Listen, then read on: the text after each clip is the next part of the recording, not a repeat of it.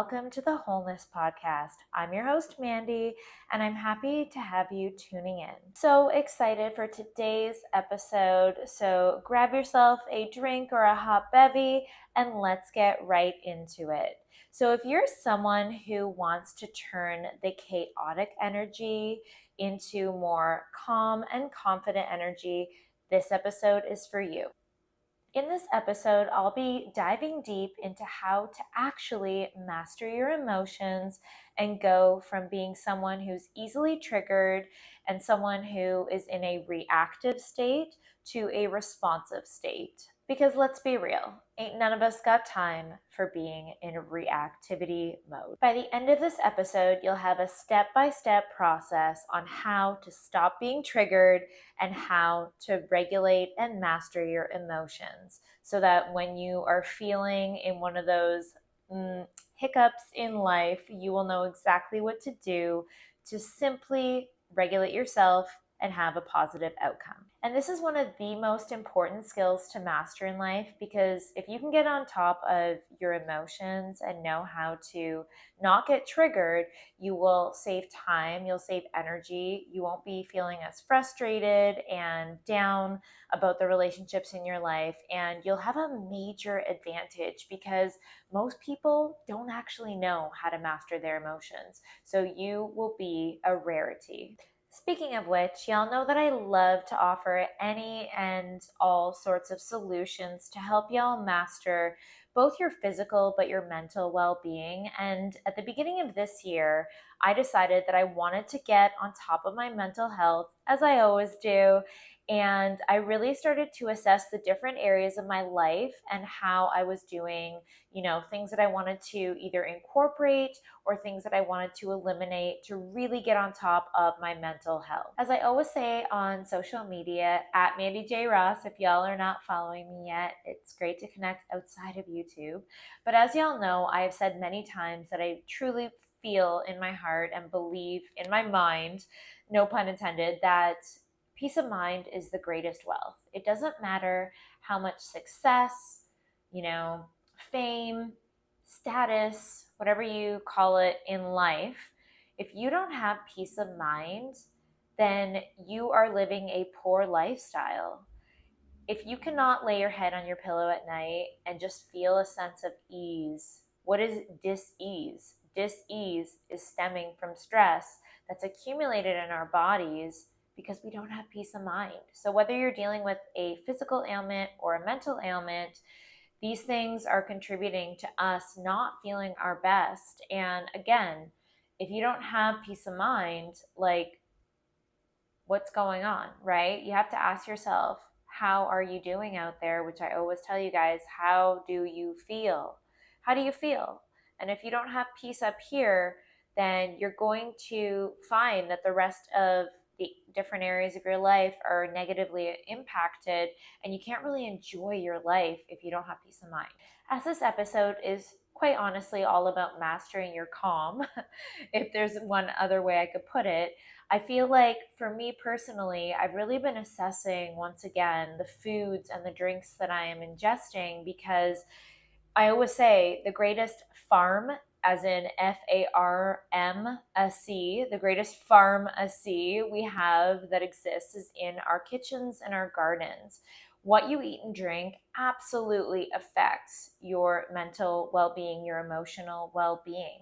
And it's important for us to look at our diets individually and really assess if the foods and drinks that we are incorporating into our daily diets are really helping us to feel our best, both physically and emotionally. A kind of clever and another way you can look at that is, are you being proactive in investing in your mental wealth versus just mental health?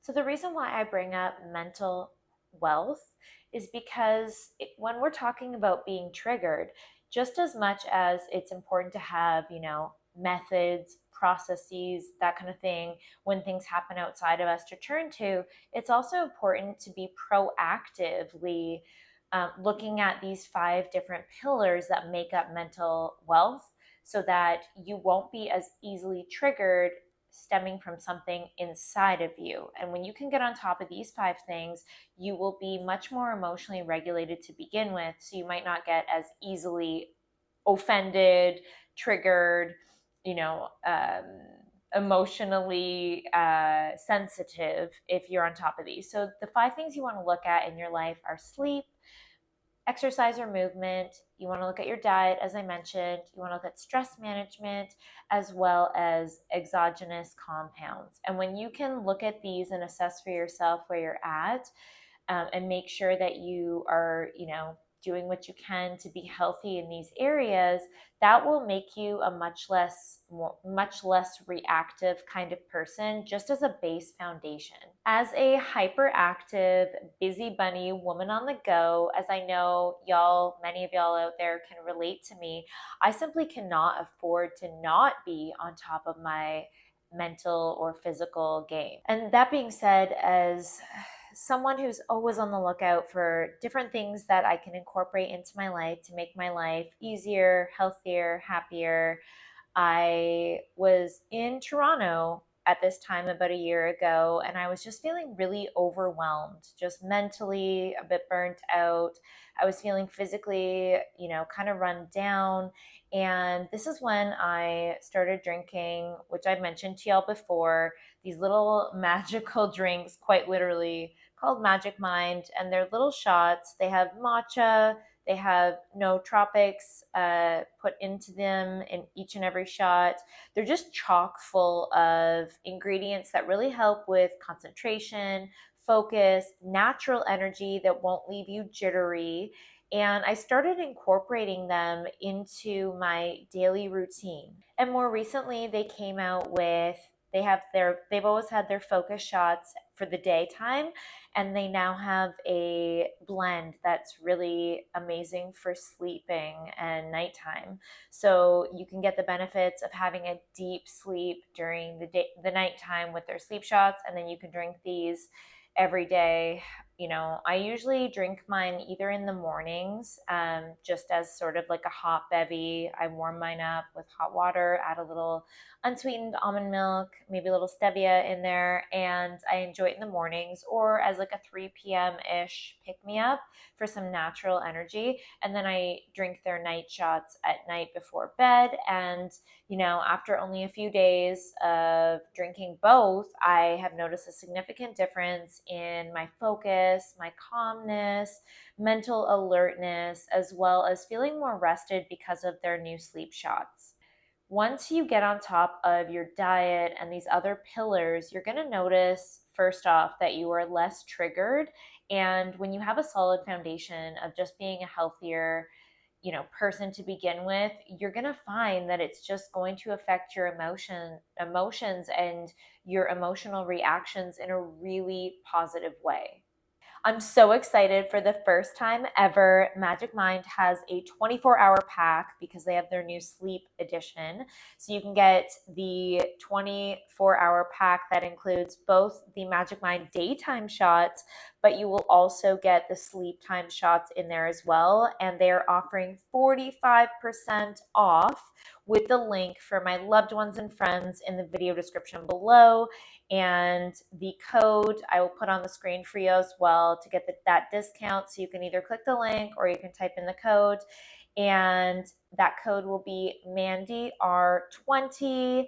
And I'm so excited for y'all to experience these magic shots in a bottle. I hope you all love them just as much as I do. And again, when we regulate our health, then we are less emotionally triggered by external factors. So go and check them out, guys. I really just want to invite y'all to take part in a mental health challenge. I want to inspire you to get on top of this because there really is no better time than now to just build that mental health resilience with me as your life cheerleader and Magic Mind as your ultimate go-to drink to help you do that as well for your sleep and your focus. So let's get better together. All right, let's dive in to Emotional Mastery 101. So why is this so important, and why is this something that is at the top of everyone's kind of aim game for emotional mastery? The reason being is because when you can go through life unbothered, you will have such a winning advantage. You will be winning in all areas of your life. When you don't have emotional mastery, what happens is you end up expending so much of your time and your energy, feeling exhausted, frustrated, and burnt out, quite frankly, at pouring your energy outside of yourself, and it ends up always being a losing game for you. So when you get on top of this, you will not only be preserving your energy for things that actually matter for you, you're going to find that you have much more peace, especially in your intimate relationships. And ultimately, that will end up making you feel more at peace, more at ease, and happier and healthier overall. So let's give a context example so that we can walk through the 4 steps that I have to get on top of your emotions. So let's just take, for example, you have a partner or someone who's really important to you, and they don't text you back. You've texted them, and for some reason, they're taking much longer, or for whatever reason, maybe it's the first time, they aren't texting you back right away.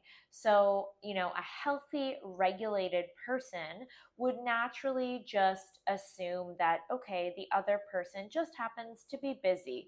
Who knows? Maybe they took a shower. Maybe their phone died. Maybe they ended up spending the day with their mom or their grandma.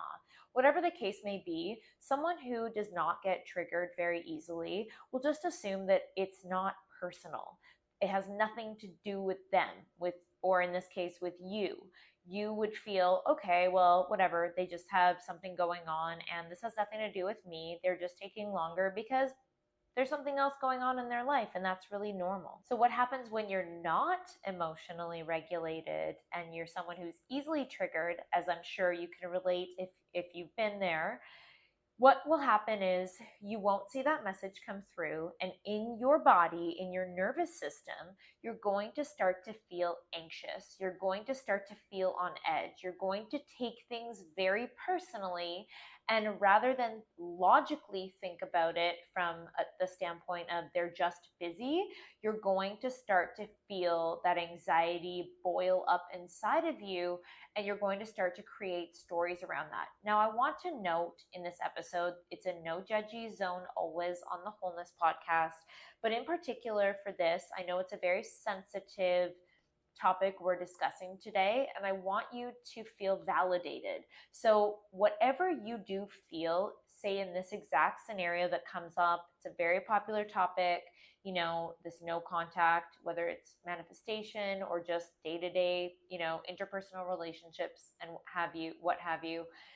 I want you to feel that whatever you feel inside of you is valid. It is absolutely normal and understandable if you have not learned how to not get triggered, for you to be feeling these feelings of anxiety or stress coming up in your body. And I know how real they can feel because I used to be, more of that anxious attachment style, and I was not knowing how to regulate myself in these situations. So I want to validate you out there if you are someone who does feel this way when these kinds of scenarios come up. So it's important to understand, why do we feel this way to begin with? Typically, it is stemming from us as humans really loving patterns. We absolutely love patterns mentally, and creating these associations to make us feel like we understand what is going on. We try to close the gap with these narratives that we create stemming from our subconscious to make us feel like we're in control. The sad part is, a lot of these stories that we end up making up, in this case with a partner or somebody who matters to us, we make up these stories that don't serve us. Hence why it's important to understand what's going on. So chances are what's really going on is this person is not actually directly ignoring you. What's happening is, more than likely, you have some sort of trauma from your past, probably from your childhood, where you had a similar situation where someone maybe didn't meet your needs growing up, or there was a circumstance where maybe someone you perceived as forgetting about you, or that you didn't matter, or whatever the story was as a perceived child.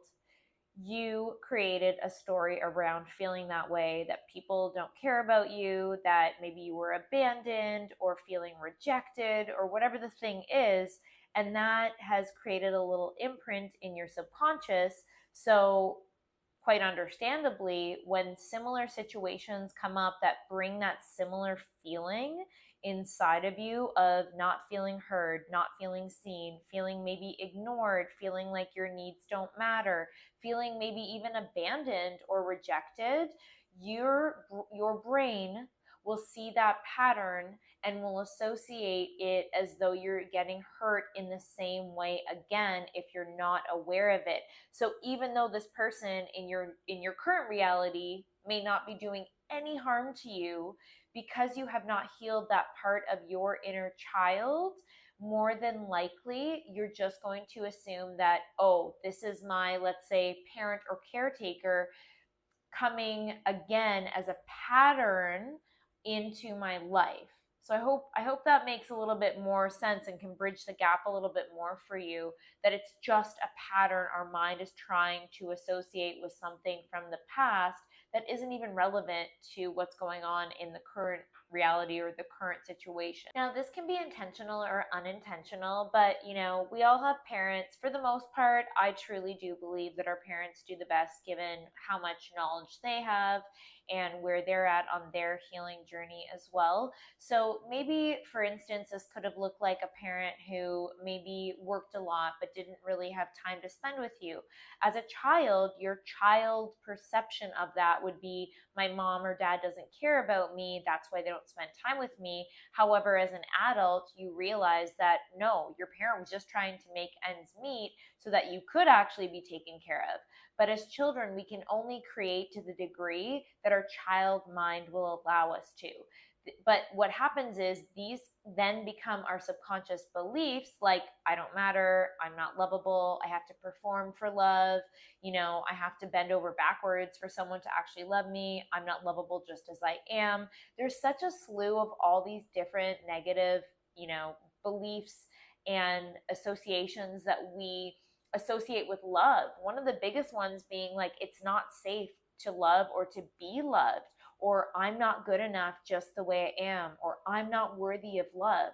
And so when someone in our current 3D reality is displaying any inkling of that reminder of pain to us, or that they may, be pulling away, we automatically assume that it's something negative and scary and like a threat to our well-being, to our safety in our body. So our body then reacts by starting to feel anxious and scared over something that hasn't even happened yet. But that's, what's going on in our nervous system. That's the way that our body is trying to process this information by making up these stories that haven't even happened, or like 99% of the time are not true. But that's why our mind goes to that initial imprint as a child, when we first felt that fear, when we first felt that doubt or worry. Even if it was true or not true, it was our perceived feeling around a situation where we didn't feel like our needs were being met, or that we weren't safe, or that we weren't loved, or whatever, fill in the blank. So what our mind does is it goes, okay, well, that was me as a child and I haven't healed that yet. So this person that's coming at me, in this case, your partner or your loved one, and they're doing the same thing. So I need to be on alert now. So, the reason why I bring up all of this emotional irregularity when it comes to being triggered is because, for the most part, a lot of us, before we become aware of how to master our emotions, we are walking around with an invisible suitcase that is our subconscious beliefs. And those subconscious beliefs are dictating how we're behaving, how we're talking, how we're responding or reacting. And when we haven't addressed them, when we haven't healed those parts of us that need that extra care and love and attention, when these situations come up that, aka, trigger us, what happens is we usually go one of two ways. If we haven't learned how to respond, we go into our reactive state. Now, reactive can look like fawn and free state, which means we usually end up becoming more passive. we kind of go within, we stress out, we get really anxious, we, kind of get into a frozen state of being, and everything around us kind of stops. We just go into this really stressed out, kind of scared stance. And that can look like people pleasing, that can look like procrastination, perfectionism, all that stuff internally. Or there other band camp, when we aren't emotionally regulated, that looks like an outpouring, quite literally, of this invisible suitcase kind of like spurting open, which can look like anger, aggression, screaming, yelling, shouting, you name it. So if you're someone who, and also a lot of times this has to do with role models you had as parents. So if you had a parent who screamed, yelled, you could go in either. Maybe that made you kind of be more quiet and kind of like shut yourself off and away from all the chaos. Or it could mean that you just exemplify that into your adult years as well when you feel triggered. So if somebody triggers you, you go into that angry state. You shout, scream, try to get your way through aggression.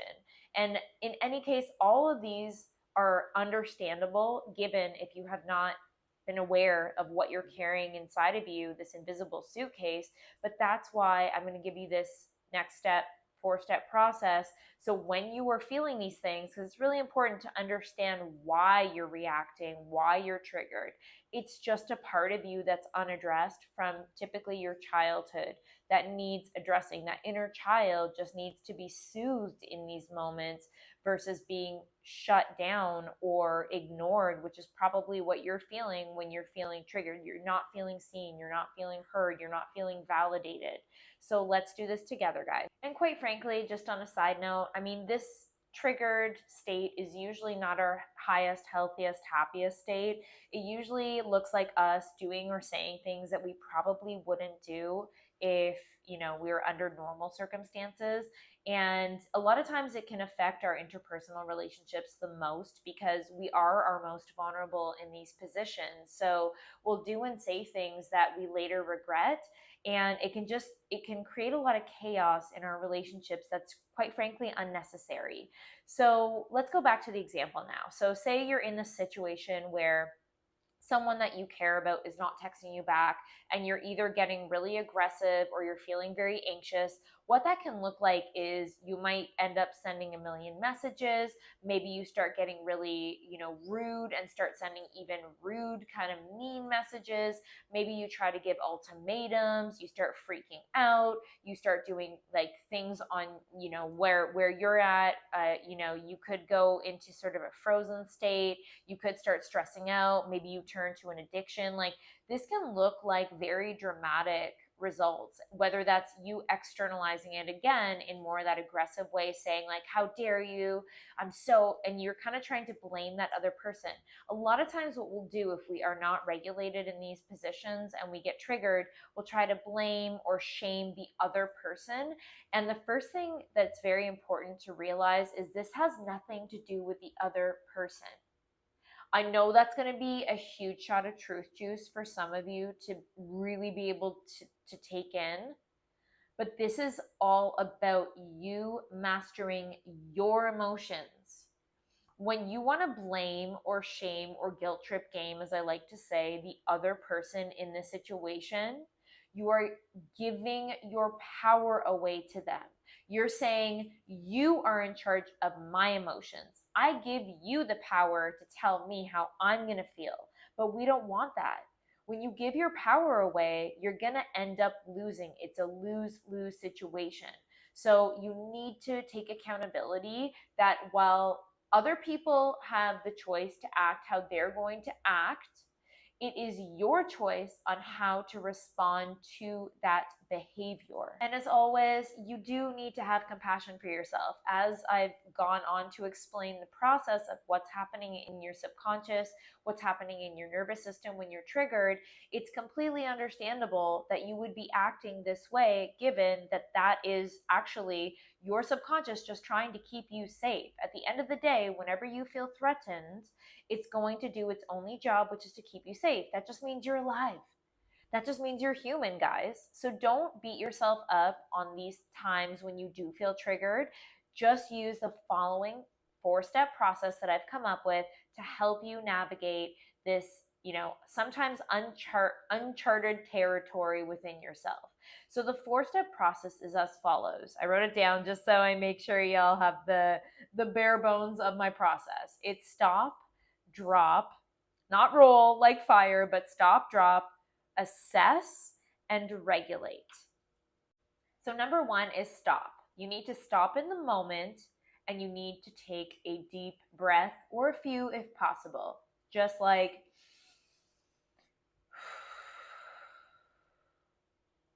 this already is going to calm you down a little bit for you to just have a pause. The pause is very important because in that moment, instead of reacting, you can take a second or a few to really assess, what is this telling me? What is the actual truth? Ask yourself that. What is the truth of this situation? Not what I'm perceiving it to be. What is the actual truth? Step number 2 is drop, and this stands for drop your ego. You need to be willing to take accountability that this more than likely has nothing to do with the other party. Now, I'm not talking about extreme situations here where someone is outright abusing you. I'm talking about a situation like, say, with this text message. More than likely, this person has done nothing wrong, and you are just seeking validation or acceptance or approval, or in some way you're coming across as needy. And you need to be able to drop your ego in the situation and really see where the deep-seated pain is actually coming from. And more than likely, you will figure out that it's something from your past that just needs more attention and healing in your inner child. So you have to say bye-bye. The ego is not the amigo in this scenario, and drop that ego. The last little part of this one is really just to give your partner the benefit of the doubt, knowing that really, is their intention to hurt you? 99% of the time, it's not. They're not trying to cause you harm. And when you can, again, take that pause, that breath, and drop your ego, you'll realize that. And that's a beautiful way that honestly leads to number 3, which is to assess. It's to assess and take accountability again for your own emotional well-being. Your emotions are not your partner or anyone outside of you's responsibility. They're yours. You need to assess what parts of you need to heal, what parts of you really need to give yourself more attention to, and give that to yourself.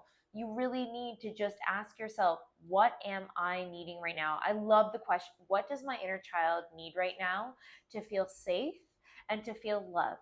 Because when you can answer those two within for yourself, you're going to be feeling so much happier, so much safer, so much more at peace within yourself. And when you can really look at a situation and assess it for what it really is versus what you perceive it as from an unhealed standpoint, you will be able to take your power back and give it back to yourself so that you can feel like you're the one in charge again, and that you have the power to control yourself. Therefore, you can handle anything that comes your way in life. Tip number 4 in the 4-step process should come as no shock to y'all if you're in the wholeness community, which is to regulate your nervous system. Regulate your nervous system by doing anything that you need to in order to bring your emotional well-being to a healthy, happy, balanced state. This can look like a number of different things I've mentioned on previous episodes: breath work, meditation, yoga, stretching, dancing, singing, going for a walk, spending time in nature, cold and hot therapy, whatever works for you to feel your best and to feel safe and whole and happy and loved in your body. Go and do that, especially when you're in these triggered moments. Even if it's for a few minutes to do some nice deep breath work, take a little walk outside, get some fresh air, whatever you need. Give yourself that love and attention right now by regulating yourself and getting your nervous system to a nice, peaceful state. So to close things off with our example, what this would look like is, instead of you incessantly texting or calling them or, sending them negative screaming messages in your mind to that person, which, by the way, telepathy is real. They can feel that energy. You would just send them loving thoughts, knowing that they're just busy. It's nothing personal. You would go and regulate yourself with something that is pouring into yourself, and just send them some nice, loving thoughts, and just assume that they are going to get back to you. The one side note I do want to say here is, if you do feel like you are someone who tends to get really anxious around interpersonal relationships, I would highly suggest go and look up attachment theory style, because that will probably give you a lot better context on healing that part of you that gets really anxious in intimate relationships.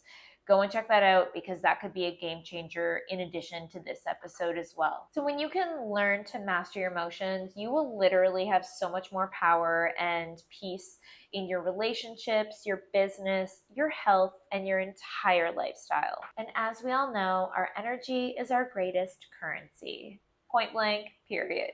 I hope this episode helps you to have greater peace and positivity, to help you feel happier and healthier in every area of your life, especially your relationship. If you're still tuning in, that means you must have loved today's episode. And if so, I would be so grateful if y'all would leave a 5-star review on either Apple or Spotify if you're tuning in.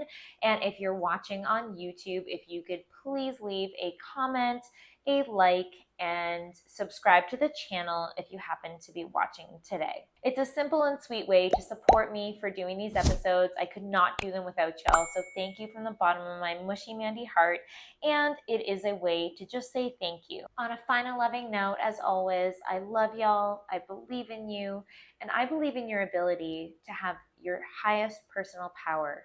You are such a strong soul, and I know you can do this, guys. So if you want to connect with me outside of YouTube, it's at Mandy J. Ross on social media and at Wholeness Podcast. For all of my coaching and other services, I will put a link in the description below, or the show notes, depending on if you're tuning in or watching. And again, if you want to get 45% off the pack from Magic Mind, it's going to be 45% off with the link in the show notes or the video description below. Again, my discount code is MandyR20, and you can go and get yourselves a magical little pack. As always, my loves, I so appreciate you, and I'm so excited to see this wholeness community keep growing every single week. And as always, I'm sending y'all my love and light, and I'm wishing y'all a blessed and beautiful day out there.